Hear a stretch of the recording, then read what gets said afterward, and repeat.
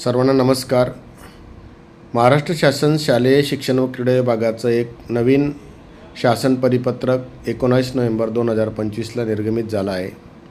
विषय आहे 150 दिवसांचा कृती कार्यक्रमांतर्गत ई ऑफिसची प्रभावी अंमलबजावणी करण्याबाबत। तर मित्रांनो, मंत्रालयीन सर्व विभागांमध्ये 1 एप्रिल 2023 पासून ई ऑफिस प्रणाली सुरू आहे आणि राज्यातल्या सर्व कार्यालयांमध्ये ई ऑफिस प्रणाली कार्यालयातील अधिकारी आणि कर्मचारी यांनी वापर करणे अपेक्षित आहे। त्यानुसार शासनाने वेळोवेळी काही महत्त्वपूर्ण निर्णय घेतले आणि त्या निर्णयाच्या अनुषंगाने काही परिपत्रक आणि शासन निर्णय निर्गमित केले आहेत। तर या परिपत्रकामध्ये 150 दिवसांच्या कृती कार्यक्रमांतर्गत जे प्रशासकीय कामकाजात सुसूत्रता आणि गतिमानता आणण्यासाठी ई ऑफिस प्रणालीवर प्राप्त झालेल्या ई टपालावरच नस्ती सादर करणे अनिवार्य करण्याबाबत विचार केला आहे आणि त्यानुसार हे परिपत्रक दिलेलं आहे।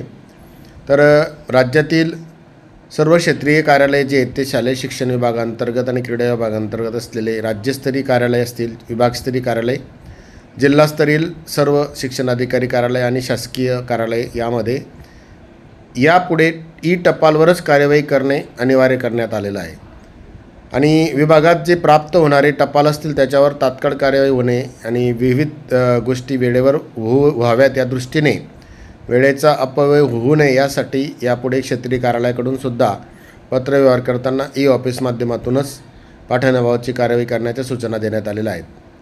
क्षेत्रीय कार्यालयामार्फत पाठवण्यात येणारे जे टपाल असतात, जसं की पुस्तकं आहेत, वैद्यकीय परतावा देयक आहेत, प्रस्ताव आहेत, हे ई ऑफिस माध्यमातून पाठवणे शक्य नाही, तर केवळ असेच टपाल नोंदणी शाखेमार्फत स्वीकारण्यात यावे। या व्यतिरिक्त इतर कोणतेही टपाल फिजिकल ऑफलाईन स्वरूपात स्वीकारू नये असं या पत्रकात म्हटलेलं आहे। यापुढे माननीय मंत्री महोदय शालेय शिक्षण, माननीय राज्यमंत्री महोदय शालेय शिक्षण, प्रधान सचिव किंवा इतर जे उपसचिव कार्यालयातील सर्व प्राप्त होणारे फिजिकल टपाल आहेत त्याला ई स्वरूपामध्ये तयार करून ई रिसिप्ट बनवून पुढच्या कार्यालयाकडे पाठवण्याबाबत या शासन परिपत्रकात म्हणण्यात आलेलं आहे। अतिशय महत्त्वपूर्ण परिपत्रक आहे। शिक्षण विभागातील सर्व अधिकारी, कर्मचारी, शिक्षक सर्व मित्रांना, विभागातील सर्व अधिकारी कर्मचारी यांनी आता कोणतेही फिजिकल ऑफलाईन टपाल स्वीकारू नये असं याच्यात म्हटलेलं आहे।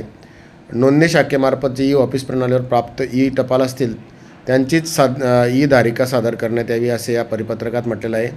तर अतिशय महत्त्वाचं परिपत्रक आहे। तर आपण शासकीय कार्यालयामध्ये वेळेच्या दृष्टीने जलद आणि गतिमानता यावी या दृष्टीने शासनाचा जो 150 दिवसांचा कृती कार्यक्रम आहे त्याच्यात हा विचार करून हे परिपत्रक निर्गमित केलेलं आहे। तर आपण सर्वजण यानुसार कार्यवाही करणार आहोत। यासाठी सर्वांनी याच्यातले जे संदर्भ आहेत ते शासन संदर्भ वाचा आणि कार्यवाही करा। आपल्या सर्वांना मनपूर्वक धन्यवाद।